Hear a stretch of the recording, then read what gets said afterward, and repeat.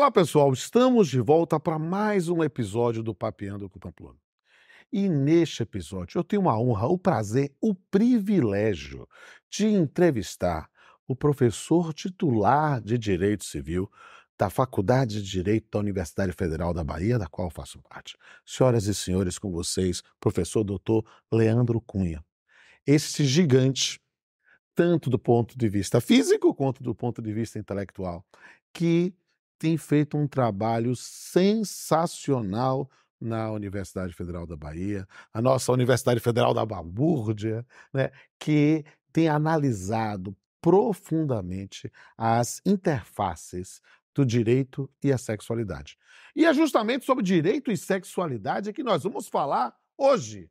Antes disso, Leandro, que bom recebê-lo no Papeando com o Pamplona. Muito obrigado pelo convite. Uma felicidade poder estar aqui contigo.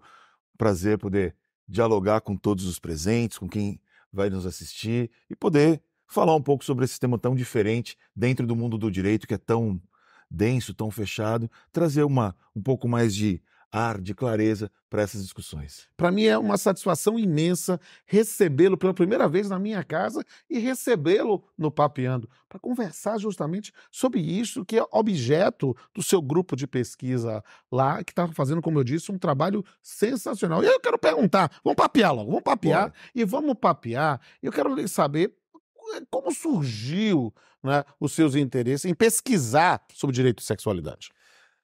Então, Rodolfo, é muito interessante, pelo menos no meu ponto de vista, porque isso tudo nasceu das aulas, dos estudos dentro da faculdade para ministrar as minhas aulas. Eu, durante muito tempo, né, dentro das várias matérias que eu já ministrei dando aula nesses anos todos, uma das matérias com a qual eu mais tive contato foi sempre o direito de família.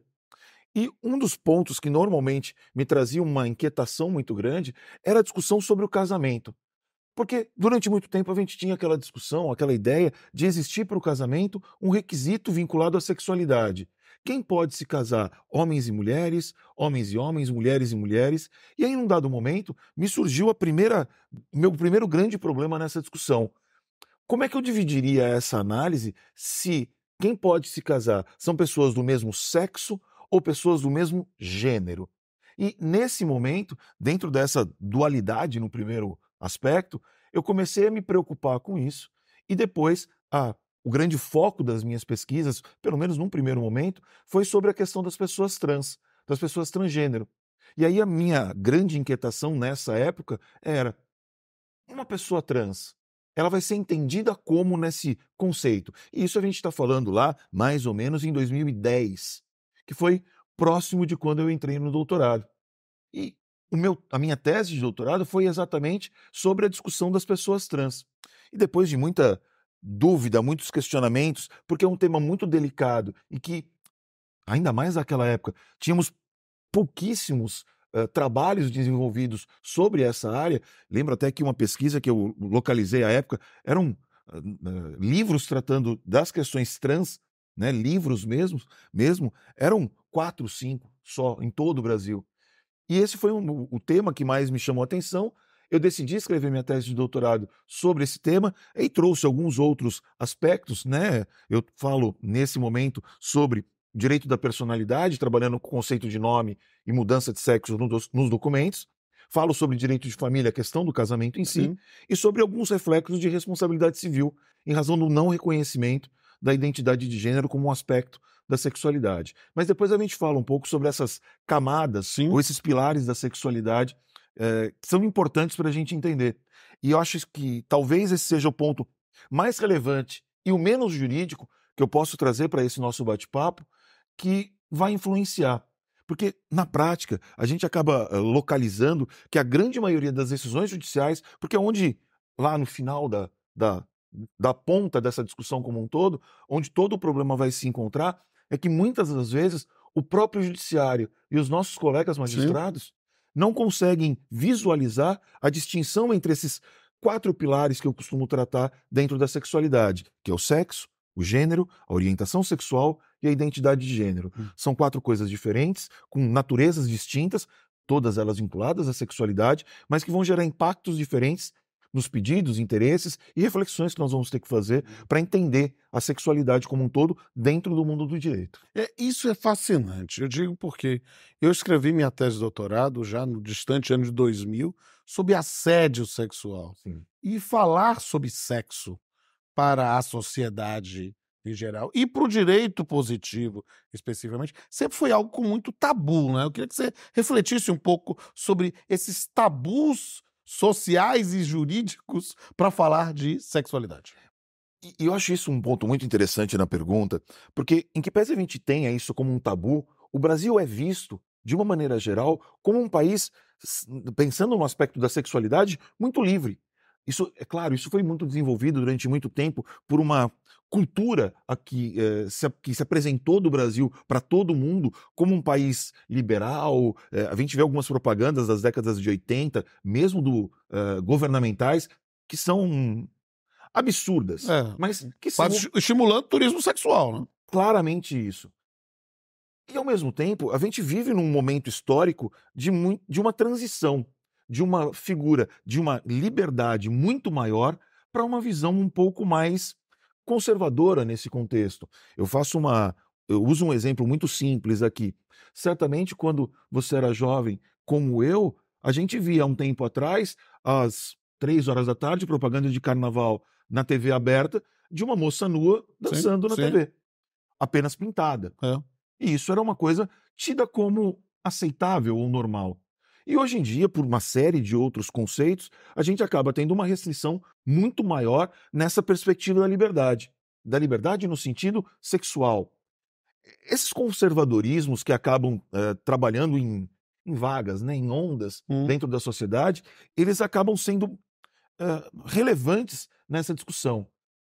E às vezes, e aí eu vou, como diz um dos meus orientandos, quando eu discuto sobre os temas, né, na coluna que eu tenho agora no Portal Migalhas a cada 15 dias, falando sobre direito e sexualidade, ele gosta quando eu sou um pouco mais ácido. Então vou aproveitar Sim, dessa tem a total liberdade. e vou dizer, eu acho que muito desse conservadorismo, ele é baseado numa hipocrisia assustadora. Eu vou te trazer um dado, eu sei que você gosta de dados Sim, claro. estatísticos, eu vou trazer um dado que para mim é um dos mais assustadores. E é um recorte muito específico. O Brasil é, há anos, o país que mais mata pessoas trans no mundo. Se você soma a quantidade do segundo e com o terceiro, não chega Olha que o a Brasil mata. quantidade de pessoas trans que morrem no Brasil. Isso sem contar toda a subnotificação, Claro. porque esses dados não são oficiais. Enfim, né? É uma questão assustadora. Ao mesmo tempo, segundo o levantamento feito por alguns portais de vídeos eróticos, o Brasil é o país que mais pesquisa vídeos eróticos de pessoas trans. É o que mais consome vídeos eróticos. Então, são coisas que não conversam, né? Se existe essa repulsa tão grande a ponto de se matar, e essas mortes são muitas delas com requintes de crueldade, ao mesmo tempo Violência extrema. é o país que mais consome material pornográfico trans. Então, assim, são coisas que não se encaixam, É. mas é a realidade que nós vivemos. Eu acho que talvez essa nova geração que vem chegando, com uma visão um pouco mais leve dessas discussões, talvez consiga superar boa parte desse preconceito que a gente vivencia dentro da sexualidade, principalmente, com todos aqueles que não se enquadram dentro do padrão normal esperado. Sim. E isso acho que a gente vai conseguir mudar com o tempo. Eu vejo que as pessoas mais jovens têm uma visão muito mais tranquila com relação a isso Sim. do que as pessoas de uma geração anterior à nossa, Sim. da nossa geração, da geração um pouco mais antiga. Então, espero que isso mude. E isso vai impactar nas discussões jurídicas Eu também. quero tocar num assunto histórico, ainda na dualidade masculino e feminino, né? No que diz respeito ao tratamento jurídico. O tratamento jurídico diferenciado entre homens e mulheres na nossa legislação infraconstitucional não poderia talvez ser diagnosticado como uma manifestação em direito positivo de sexismo? Inquestionavelmente há sexismo na nossa legislação. Mas ele é velado de uma certa maneira, porque dentro dessa perspectiva de que existe um normal, um conceito de normalidade, ou um conceito que a gente pode chamar quase que de hierarquizado, o homem, que normalmente é quem vai né, quem sempre redigiu as legislações, esse homem branco, hétero, cis, ele não se vê como alguém sexualizado, racializado, ele se vê como a pessoa normal, o padrão, aquilo que deve ser seguido, o ordinário para todos. E isso acaba refletindo exatamente na construção do conteúdo legislativo. Então, muitas das vezes, a gente vê na nossa legislação quase que uma ideia de uma tentativa de igualdade, mas uma igualdade que efetivamente não existe na prática. E isso, essa visão quase que asséptica do que é a legislação acaba gerando efeitos delicados, porque a gente acaba não tendo uma percepção, uma perfeita compreensão de todas as variáveis que envolvem o gênero, principalmente, nessa análise. Eu vou tentar te trazer um exemplo, que é um exemplo que eu trouxe até numa discussão de uma dessas últimas colunas que comentei contigo. A gente vê, nos últimos tempos, uma grande discussão contrária aos casamentos ou aos relacionamentos de menores de 16 anos. Tendo até mesmo havido, agora em 2019, uma alteração legislativa em que hoje não se permite, de forma nenhuma, um casamento de menor de 16 anos. E isso é extremamente salutar. Só que a minha grande preocupação é, a partir do momento que eu não permito o casamento de menores de 16 anos, eu, por um critério de igualdade do casamento com a união estável, nessa perspectiva genérica, eu posso dizer também que não pode haver uma união estável de menores de 16 anos? E é claro que eu não estou aqui dizendo em nenhum momento que eu sou favorável ao casamento ou à união estável de menores de 16 anos. Mas eu não posso ignorar que isso é uma situação de fato. Isso existe. E a minha preocupação é que muitas vezes a gente vê decisões judiciais e algumas interpretações, até mesmo doutrinárias, dizendo que não se deve reconhecer a união estável das pessoas menores de 16 anos. E aí o questionamento que você pode me trazer é: e qual é a relação dessa conversa com a sexualidade? Ela é muito simples. A grande maioria das pessoas com menos de 16 anos que estabelecem uma união estável ou uma conjunção marital, use o nome que você queira usar, né, já que existe esse problema, são meninas. Se eu não permito que essa menina tenha reconhecido para ela essa união estável, as consequências são extremamente prejudiciais a ela. Por quê? Uma interpretação legislativa nesse sentido, ela vai acabar prejudicando exatamente quem eu quero proteger. Exato. Então, se essa menina, por exemplo, não tem a união estável reconhecida, ela não tem direito a alimentos, se houver uma separação dessa outra pessoa. Ela não tem direito a um direito real de habitação em caso desse sujeito vir a falecer. Ela não tem direito à herança desse sujeito se ele vier a falecer. Então, uma interpretação que não ofereça a proteção para quem eu quero proteger, ela prejudica mais do que protege. E por que eu trago esse ponto? A legislação não faz a distinção entre homens e mulheres, né, entre o gênero masculino e feminino, quando ela vai falar do casamento de menores de 16 anos. Mas a gente sabe que numa realidade prática, eu tenho essa variável, eu tenho esse recorte. E eu não consigo conceber uma interpretação legislativa que faça com que aquela pessoa que eu viso proteger com a legislação seja prejudicada pela interpretação dessa própria legislação. Me permita dar um pitaco, porque eu achei sensacional essa observação. E eu digo também, sabe que eu sou um homem poliamorista, eu casei com o direito do trabalho e direito civil ao mesmo tempo, né? E nós temos um exemplo muito caro no campo das relações de trabalho, que é justamente na proibição do trabalho dos menores. Só que o trabalho dos... Não estou mandando estimular o trabalho dos menores, como você também não está estimulando casamento ou união estável com alguém menos 16. Mas o fato é que existe isso. E não reconhecer numa situação de exploração, numa situação em que alguém está numa vulnerabilidade, acaba voltando contrário àquele que a norma quer proteger. Não é estabelecer ou estimular isso na relação jurídica material, nem no caso do casamento não estável, nem na relação do emprego. Mas é preciso dar uma resposta estatal que não acabe punindo ou acabe gerando um agravamento de danos. Essa questão é sensacional e eu quero refletir, quem sabe fazer um artigo ou algumas interfaces sobre isso. Eu quero, na verdade, na sua grande experiência, você é alguém que se tornou uma referência, você é nosso professor titular, né? Nosso professor titular concursado para professor titular na Universidade Federal da Bahia, é líder de um grupo de pesquisa muito profícuo sobre direito e sexualidade, e por isso eu quero, nesse lugar de fala,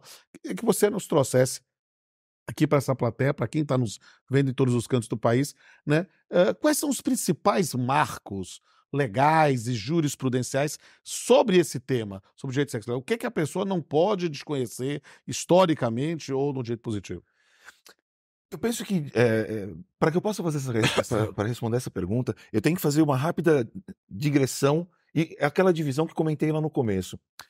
Acho que o essencial é entender que dentro e isso não é uma questão consolidada, exatamente porque o direito bebe de outras fontes para discutir o direito de sexualidade. Sim, Então, a gente tem uma dificuldade de análise desse tema.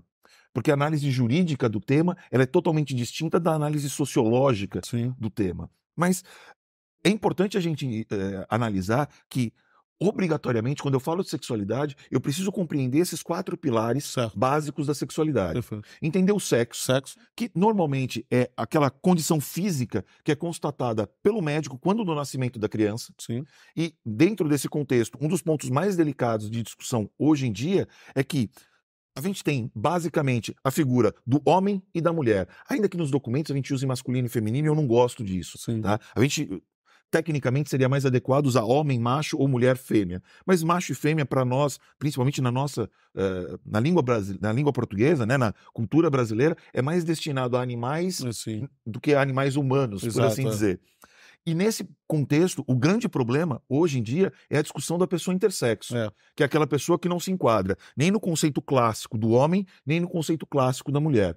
E a gente tem uma série de problemas com relação a isso, como, por exemplo, a dificuldade de você colocar a palavra intersexo na própria certidão de nascimento. uhum, E isso é uma questão que ainda não foi resolvida. A gente tem uma resolução do CNJ que originalmente era a 122, agora ela foi alterada porque todas elas foram congregadas numa única resolução, mas esse é um dos grandes problemas e esse ainda não tem uma resolução, né?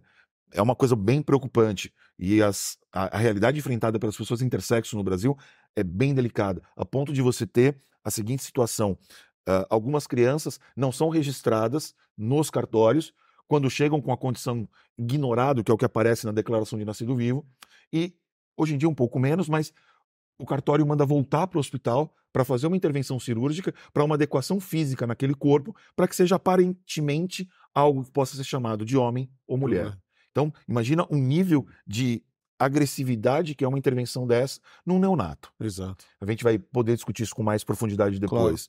O segundo ponto que a gente tem é o gênero. E quanto ao gênero, dentro desse primeiro critério da distinção binária, a gente tem o masculino e o feminino, né, que é a forma como você externa a sua personalidade. Porque uma coisa que é tola, mas é importante, ninguém que olha para nós aqui nesse momento sabe qual é o nosso sexo. No máximo, sabe qual é o nosso gênero, porque vê aquilo que nós externamos. Ordinariamente, o atributo da barba, do cabelo curto, do terno, o paletó, são atributos vinculados ao masculino. Então, dentro desse contexto do masculino e do feminino, agora, hoje em dia, a gente tem uma discussão de uma gama enorme de outras variáveis que não se enquadram em nenhum desses dois. Nesse contexto, é claro que a gente tem que ter como marco todas as discussões feministas que foram entabuladas. sim, E elas são as mais importantes num primeiro momento, porque elas precederam todas as outras que vieram em seguida. O terceiro foco seria a figura da identidade de gênero, da orientação sexual, para organizar melhor, da orientação sexual. E na orientação sexual, basicamente, a gente pode discutir 5 modalidades, por assim dizer, que seriam os heterossexuais, alguém que se interessa por alguém de de outro outro sexo, gênero, os homossexuais, o mesmo gênero, os bissexuais de qualquer gênero, os assexuais, que não têm um interesse afetivo amoroso, mas principalmente sexual. E, finalmente, hoje em dia, tem ganhado espaço a discussão das pessoas chamadas de pansexuais, que se interessam por qualquer pessoa, independentemente de gênero ou o que quer que seja. E o último dos focos, para finalizar esse pedaço de fala, é a identidade de gênero, que é o ponto que sempre me chamou mais atenção nessa discussão, e a gente fala de pessoas cisgênero e transgênero. E talvez seja um dos pontos mais incompreendidos de toda essa gama que a gente tem para tratar. As pessoas cisgênero são aquelas pessoas que se identificam com o gênero esperado em razão do sexo que lhe foi atribuído. Se eu nasci com o sexo homem e me identifico com o gênero masculino, eu sou cisgênero. Há uma compatibilidade entre o sexo esperado, ou melhor, o gênero esperado em razão do sexo, e o gênero percebido pela própria pessoa. As pessoas transgênero, entram exatamente no contrário disso. Ela teve um sexo a ela atribuído quando do nascimento, mas ela não performa, ela não apresenta, ela não se reconhece com o gênero esperado em razão disso. E aí, dentro desse bloco de pessoas transgênero, que eu posso pensar como um tema guarda-chuva, uma expressão guarda-chuva, eu tenho as pessoas transexuais, travestis e por aí vai. O marco, que é importante, que você havia perguntado e eu acabei esquecendo, para identidade de gênero é, mais recentemente, as decisões do STJ e do STF reconhecendo a possibilidade de mudança de nome e gênero nos documentos, e essa é uma discussão técnica delicada, independentemente De da... cirurgia de redesignação? Isso. Eu tenho uma enorme felicidade que o meu livro, que é baseado na minha tese, foi um dos livros citados nessa decisão, a primeira decisão do STJ. E eu acho isso um ponto importante, e a gente pode até voltar a falar disso um pouco mais de profundidade depois, porque eu sou, dentro do contexto social, eu ganho o bingo do privilégio. Eu sou um homem branco, cis, hétero, do sul do Brasil, funcionário público, professor titular, DE. Tem alguém mais privilegiado do que eu? Eu só não sou rico. Mas eu preciso arrumar isso de alguma forma. Mas eu sou o cara mais privilegiado dentro desse contexto. Mas eu sou um aliado dessas lutas. E a presença dos aliados é extremamente importante, exatamente porque, não que eu queira tomar a voz de cada uma das pessoas desses grupos, mas porque muitas das pessoas desses grupos, por si só, não têm voz nos espaços em que eu tenho. E poder falar dentro desses espaços faz com que essas pessoas possam se aproximar. E eu acho isso extremamente importante. Então, na identidade de gênero foi essa discussão, e na orientação sexual, a decisão de 2011, que tem aquele voto magnífico do ministro Aires Brito, que permitiu o reconhecimento judicial das uniões estáveis de pessoas do mesmo gênero, né, para fazer a definição exata nesse contexto. Isso é sensacional. Sensacional. E nós temos muita gente aqui querendo aprender contigo, né? E além do seu livro, que eu acho que é fundamental para a compreensão, que outras dicas, que outras orientações você daria para alguém que quer se aprofundar nessa temática do direito de sexualidade? Rodolfo, eu tenho que te dizer que a melhor resposta é ouvir. Ouvir a quem vivencia essa realidade, a quem sente na pele isso, a quem passa por isso no seu dia a dia, e principalmente atualizar-se continuamente. Sim. Eu digo isso porque, como é um tema muito novo e dentro da perspectiva jurídica ele vem sendo alterado de maneira muito rápida, para que você tenha uma ideia, a minha tese, eu defendi a tese em 2014, salvo engano, o meu livro saiu em 2015. Em 2018 eu já precisei fazer uma atualização enorme no livro, exatamente porque muita coisa tinha mudado nesse período extremamente curto. E agora, uma notícia nova para ti, deve sair agora no começo do ano um novo livro falando sobre identidade de gênero, mas agora tratando da questão da identidade de gênero sobre as várias vertentes que ela é importante. No direito do trabalho, no direito civil, no direito penal, porque se a gente for parar para analisar, eu tenho inúmeros recortes aqui para a gente tratar. Eu posso falar desde a discussão sobre pessoas trans no esporte, até a discussão sobre em qual local uma pessoa trans deve ser encarcerada em caso do cometimento de um crime.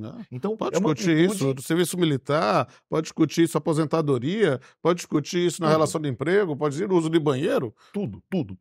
Então, a necessidade que a gente tem é de um acompanhamento constante de todas essas mudanças. Entender o conceito científico dessa discussão, que não é do mundo do direito, e conseguir trazer isso para o mundo do direito com esse olhar livre de preconceitos, entendendo a realidade das outras pessoas, tentando buscar algo que é muito simples, a garantia para todos dos direitos e garantias fundamentais. Perfeito. O que é um grande problema dentro dessa seara, porque a gente vê que todas as pessoas tidas como vulneráveis, de regra, elas têm uma proteção especial da lei. A gente vê criança e adolescente, a gente vê idoso, consumidor, e por aí vai. A condição sexual ou qualquer característica da sexualidade inserida fora do contexto da normalidade, desse padrão, ela não é usada como um elemento de proteção. Ela sempre é usada como um elemento de discriminação. Verdade. E isso é uma grande preocupação que a gente tem. Então, acho que esse nosso bate-papo aqui, ele é muito importante exatamente para fazer com que as pessoas vejam que não precisa necessariamente ser alguém da comunidade LGBTQIANP+, para que você possa discutir esses temas, estudar, aprender e abrir caminhos e possibilitar que tudo isso aconteça. E nunca quero que ninguém me veja, e graças a Deus não corro esse risco, como o hétero salvador. Porque a gente tinha muito essa discussão do branco salvador nas discussões É raciais. verdade. Não é essa a minha função. A minha função é garantir, como disse há alguns instantes, espaço nos locais em que eu consigo chegar, em razão de todos os meus privilégios, para que essa discussão seja ouvida. Porque, normalmente, essa discussão ela não é ouvida nos lugares de privilégio que eu sempre frequento, como a nossa universidade, por exemplo. Eu estou aqui encantado, #sou fã, quero redeclarar publicamente que sou fã de Leandro, e eu quero dizer mais, tem uma plateia que está doida para fazer as perguntas. Daqui a pouco a gente volta. Olá, meu nome é Sofia Fraga e eu gostaria de perguntar qual a importância do movimento feminista para os temas de direito e sexualidade. Sofia, ótima pergunta muito importante.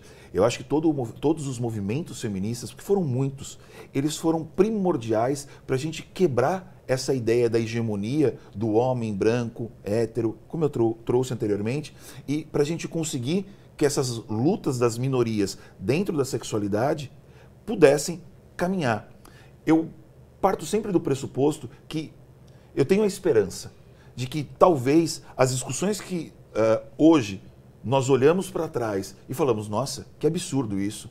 Teve um dia em que a mulher era considerada alguém menor do que o homem dentro do casamento. Dentro da própria lei havia isso. E a gente olha para trás e fala assim, nossa, isso é ridículo, isso é um absurdo.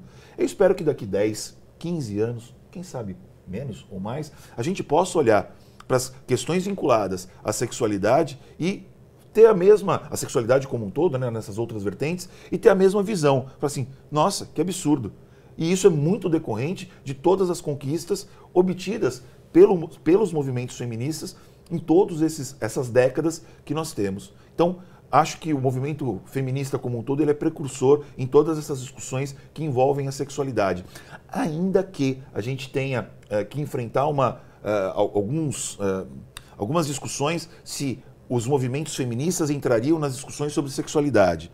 Eu prefiro englobar tudo porque eu acho que fica mais fácil da gente compreender os elementos da sexualidade como um todo. Mas os movimentos feministas, eles são e foram primordiais para toda essa caminhada. E é muito interessante, Sofia, até para aprofundar isso, veja o episódio do Papeando com Pamplona que fizemos com a professora Ana Lúcia Sabadell, especificamente sobre direito e feminismos, né, nessa compreensão do aprofundamento do tema. Olá, meu nome é Camila Souza. Eu gostaria de saber a importância do movimento LGBTQIA+, para os temas de direito e sexualidade. Vamos lá, Camila. Eu acho que, efetivamente, esse é o ponto mais importante das discussões atuais. O movimento em si é que acaba trazendo as pautas que nós vamos discutir dentro do mundo do direito. Porque é um movimento quem identifica os problemas da realidade, os problemas do dia a dia e que trazem para que nós, do mundo jurídico, para que nós, juristas, possamos analisar esses temas, possamos entender os problemas e trazer as soluções jurídicas eventualmente cabíveis para a solução desses casos. Então, o movimento é extremamente importante e sem ele não dá para discutir o direito, porque o grande problema é o risco de falar de um determinado grupo sem ouvir esse determinado grupo. Porque aí a situação ela não se resolve. A minha visão externa, sem ter vivenciado a realidade de todo o movimento, ela é totalmente distinta daquela pessoa que efetivamente está presente, que vivencia isso, que sofre todos os preconceitos do dia a dia, que infelizmente ainda são absurdos e enormes na nossa sociedade. Então, a presença do movimento é de suma relevância para que a gente possa saber efetivamente qual é o problema real enfrentado e tentar buscar soluções que possam ajudar no encaminhamento de uma sociedade mais justa, mais digna, mais igualitária para todos. Então, é primordial a presença do movimento. Então, o movimento é quem alimenta todas as discussões jurídicas que a gente pode estabelecer dentro desse tema. Olá, professor Leandro. Meu nome é Camila Cordeiro. Como as manifestações religiosas afetam os temas de direito e sexualidade? Camila, que pergunta delicada, que pergunta espinhosa. Mas eu sou obrigado a responder exatamente porque fui convidado para isso. O cuidado que nós temos que tomar são todas as generalizações. É claro que toda vez que a gente fala em movimentos religiosos, a gente corre o risco de colocar dentro do mesmo, vou usar uma expressão coloquial, dentro do mesmo balaio, coisas totalmente distintas. Existem movimentos religiosos que são amplamente inclusivos. E existem movimentos religiosos que são totalmente segregatórios. Então, esse é um grande problema. É claro que os movimentos religiosos têm uma enorme importância quando trazem acolhimento. A gente vê uma grande acolhida, por exemplo, da comunidade LGBTQIANP+, que depois, se você quiser, eu trago a informação de cada uma das letras, nas religiões de matriz africana. Existe uma acolhida muito maior, por exemplo, do que nas religiões que têm um traço católico. E isso é um grande problema. Porque se eu parto do pressuposto que a ideia da religião é a inclusão, é a acolhida, se a própria religião afasta essas pessoas, eu acabo tendo uma série de consequências e problemas em razão da falta do acolhimento religioso que é oriundo natural dessa atividade. Então, é algo muito delicado de se tratar, mas é uma realidade que a gente vivencia no nosso dia a dia. Talvez, e de novo, correndo o risco de ser mais ácido do que deveria, tenho que lhe dizer, o problema não são os movimentos religiosos em si, o problema são as pessoas. Eu acho que, e vou correr o risco de que você tome algum hate com o que eu vou dizer, mas acho que eu estou aqui para isso, como disse. O que me preocupa não é o que está escrito na Bíblia. Porque a informação mais clássica da Bíblia é que você tem que amar a todas as pessoas. E talvez a segunda mais clássica é que todas as pessoas são a imagem e semelhança de Deus. Se todas as pessoas são a imagem e semelhança de Deus, a pessoa trans é, o gay é, a lésbica é. Então todos são a imagem e semelhança de Deus. Então o meu problema com os movimentos religiosos são aquelas pessoas que fazem uma interpretação que eu vou chamar de uma interpretação de conveniência. Que para algumas coisas eu tenho que seguir exatamente aquilo que está escrito na Bíblia, por exemplo. E para outras coisas, não, aí não é bem assim. Parece que existe um momento em que as pessoas decidem o que elas querem e o que elas não querem seguir. E parece que muitas das vezes em que elas escolhem o que elas não querem seguir, isso tem um traço extremamente prejudicial para a vivência em sociedade em razão desse viés inquestionavelmente discriminatório. Então, não posso dizer que a religião é ruim, que os movimentos religiosos são ruins, porque não são. Exatamente porque trazem toda essa acolhida. O grande problema é a interpretação que determinadas pessoas fazem. O problema não está na religião, ele está nas pessoas. E é esse o grande problema, é essa a grande questão. Talvez, se todas as pessoas efetivamente, que falam sobre religião efetivamente tivessem lido aquilo que é a origem das discussões ou das manifestações delas, talvez a coisa fosse menos preocupante. Uma última manifestação com relação a isso, o que me assusta é você pensar que dentro do direito a gente vive preocupado com a atualização da legislação. Se tem uma lei que tem 30 anos, 40 anos, a gente fica incomodadíssimo porque essa lei não é atual. Mas algumas pessoas seguem um livro que foi escrito, em boa parte, há mais de 2000 anos, a ferro e fogo, quando interessa, para segregar. Não me parece que essa seja a melhor solução. Então, independentemente do conceito religioso, do critério religioso, da religião em si, acho que se os movimentos religiosos, todos eles, seguissem um mero mandamento de amar a todos e que todas as pessoas são a imagem e semelhança de Deus, a nossa sociedade seria muito mais tranquila sem que a religião fosse um foco muito grande e preocupante das discussões que atingem a vida, a existência das pessoas da comunidade LGBTQIANP+, como eu disse. Só para finalizar, Rodolfo, um dado que é extremamente preocupante e importante e que talvez a religião pudesse ajudar muito e acaba não ajudando. O índice de pessoas trans que tentam um suicídio, ele é absurdamente maior do que aquele constatado nas pessoas cisgênero. Só para que a gente tenha o dado, porque como eu disse, o dado é importante.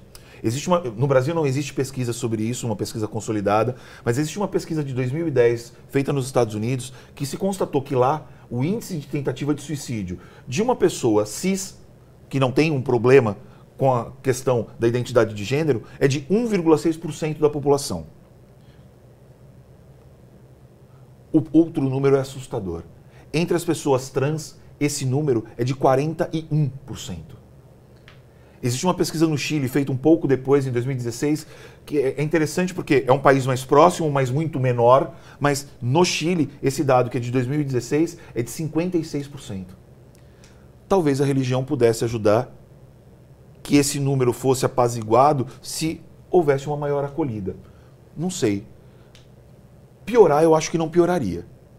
Então, são coisas que a gente vê que no dia a dia acabam influenciando. São números muito preocupantes que nós não podemos ignorar. A realidade é muito delicada, a ponto de podermos sustentar que existe hoje no Brasil até mesmo uma figura de genocídio contra a população trans.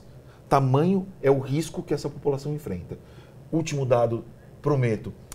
Entre as pessoas cis, a expectativa de vida no Brasil hoje gira em torno de 76 anos. Dependendo do estado, chega a 78, dependendo do gênero, pode ser um pouquinho mais. Entre as pessoas trans, existe um dado que a expectativa média de vida de uma pessoa trans é de 35 anos.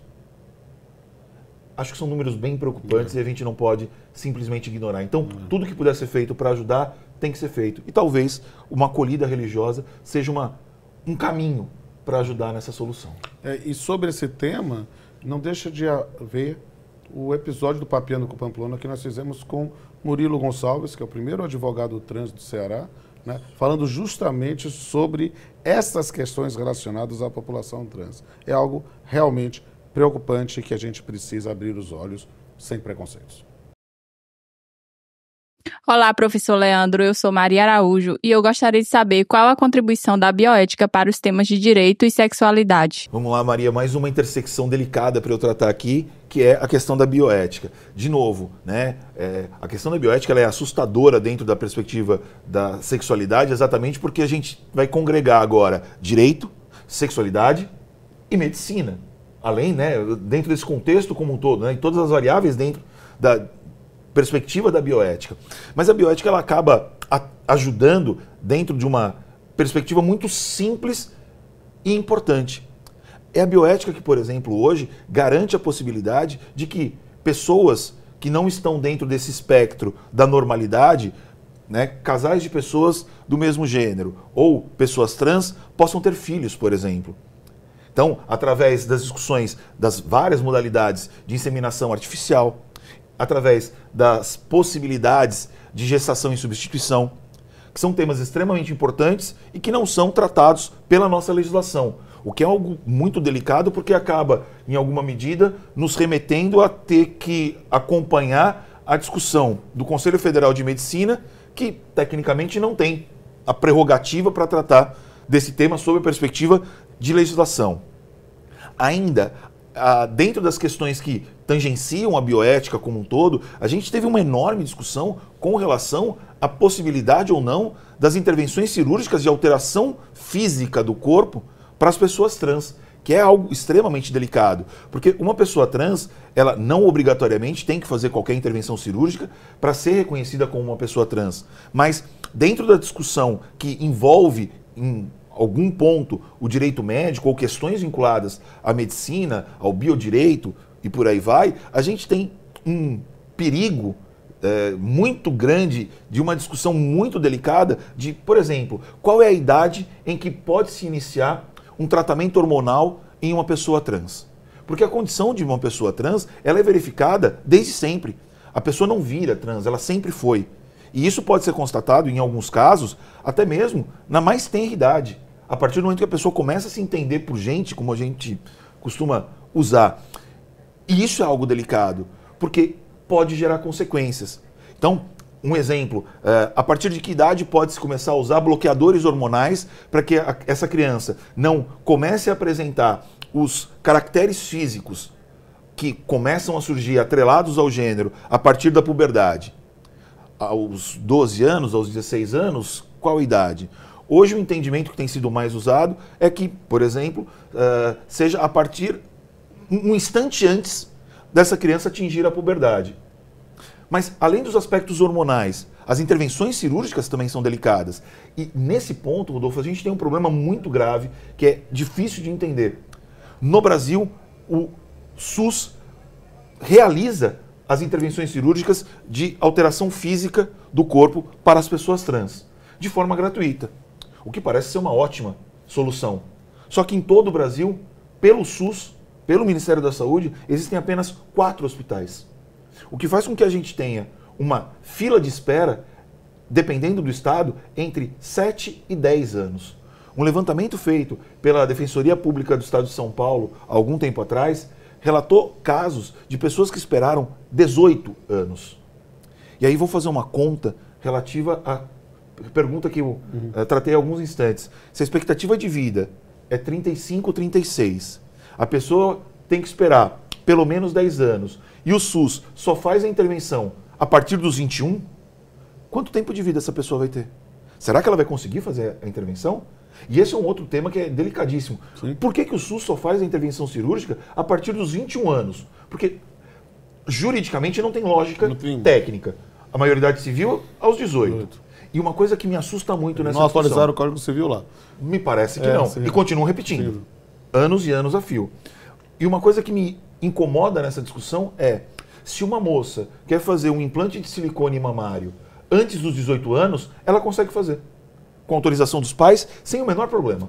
Mas se é uma menina trans, né, alguém que nasceu do sexo homem, mas quer fazer o implante de silicone antes dos 18 anos, não consegue.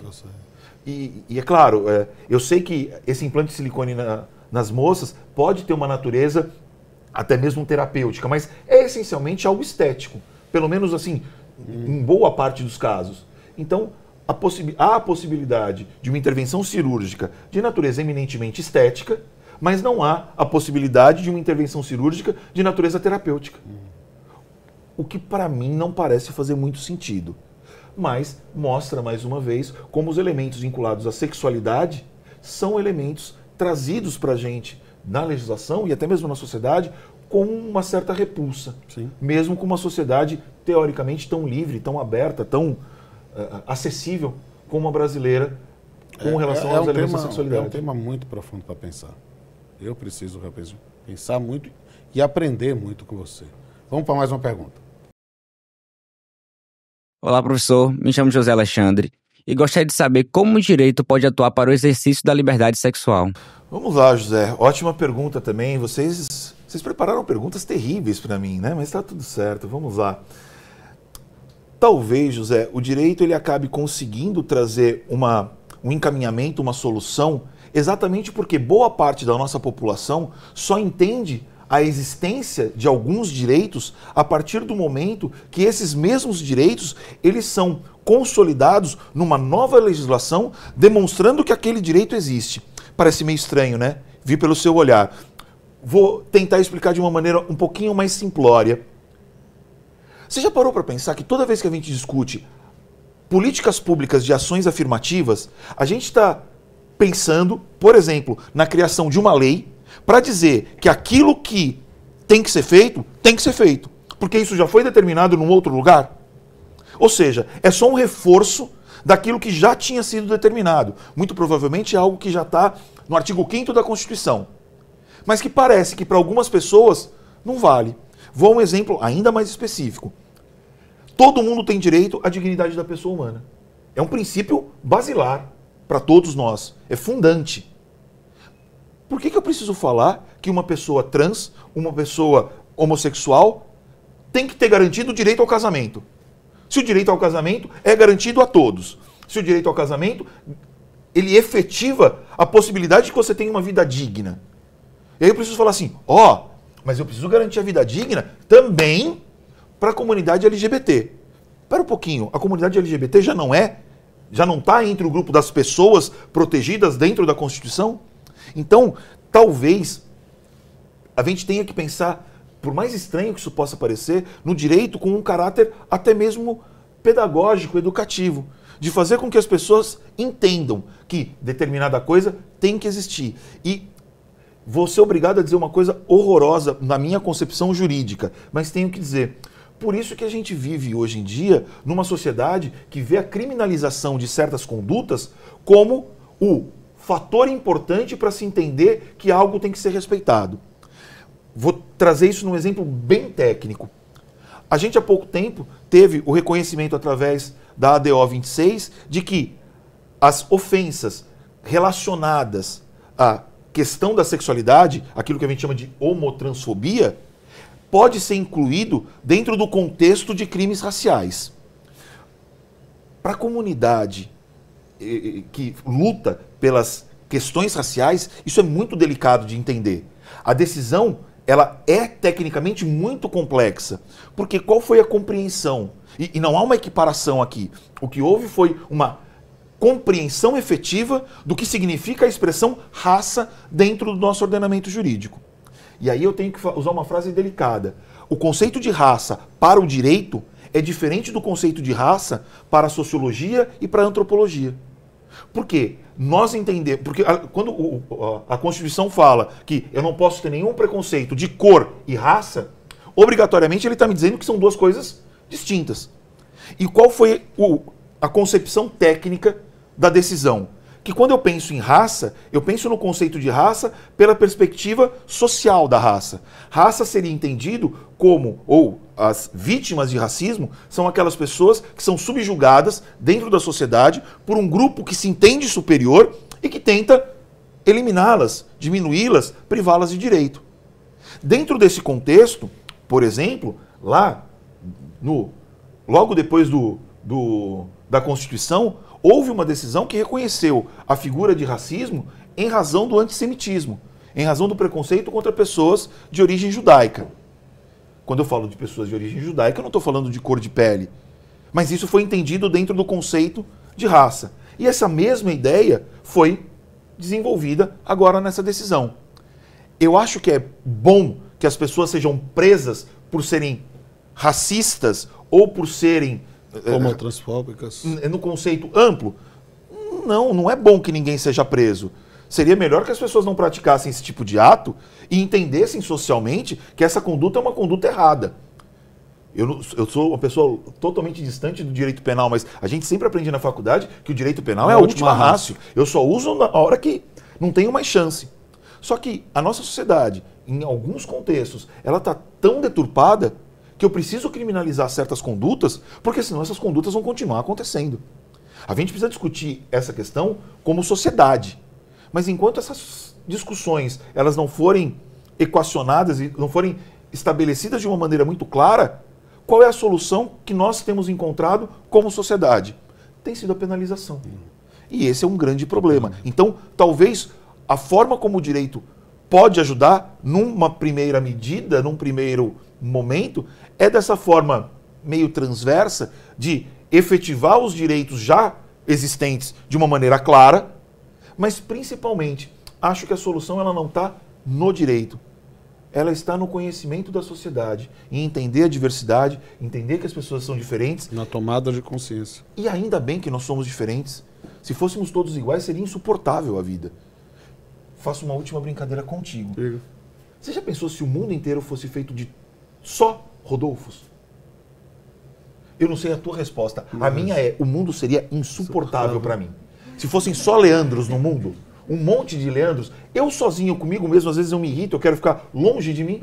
Imagina com só Leandros. Então a gente precisa da diversidade. E a diversidade faz com que a gente chegue a todos os lugares. A gente só está aqui porque o mundo é diverso. Então é isso que constrói quem nós somos. Então talvez o caminho esteja muito mais fora do direito, mas usando o direito como uma ferramenta. Talvez seja uma solução. Eu acho sensacional. Acho que um mundo só com Rodolfos ou só com Leandros ia ser meio chato. Mas eu não tenho dúvida que o mundo ia ser mais legal se tivesse mais Leandros. E que prazer. Me permita. Olha, Tchutchucão e Camille vieram participar também do momento dessa família interespécies, multiespécies. Né, Camille? E me permita o prazer de fazer um brinde.